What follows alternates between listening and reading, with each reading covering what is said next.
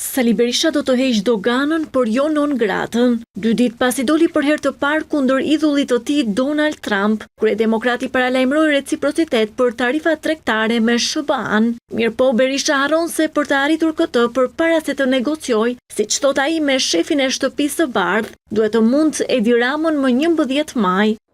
Shtetet e Bashkuara kanë vendosur një sistem tarifash sepse të gjithë kanë patur tarifa ndaj tyre. Kjo është e vërteta. Kjo është e vërteta, ta ditë ta mësoni të vërtetën.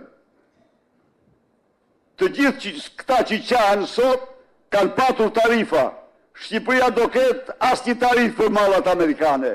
Dhe jam i bindur që kjo gjë do të ndodhë edhe me qeverinë e Shteteve të Bashkuara pasi t'i heqim ne. Pasi Lirmetës, i cili prej muajsh ndodhet në qeli, Berishës ju ndalua edhe një tjetër aleat. Adriatik Alimadhi, kryetari i ballit kombëtar, u procedua penalisht, veprim të cilin Kryedemokrati e cilësoi të diktuar politikisht.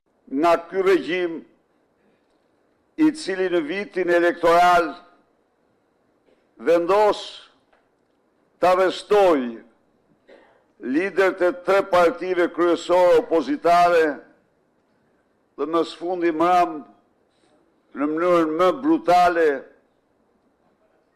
më staliniste, arreston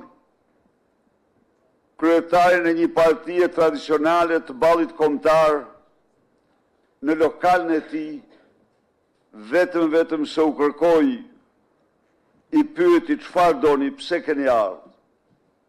Një bande me uniformë. Vetë Adriatik Alimadhi nuk është kandidat në listat për deputet të koalicionit të Partisë Demokratike, por partinë e tij Balli Kombëtar, Sali Berisha nuk e ka lënë pa shpërblyer. Ai ka vendosur në siglën e partisë së Alimadhit kreun e forumit rinor të PD-s, Besar Xhaferi, me qëllim përfitimin e fondeve nga KQZ për 4 vitet e ardhshme.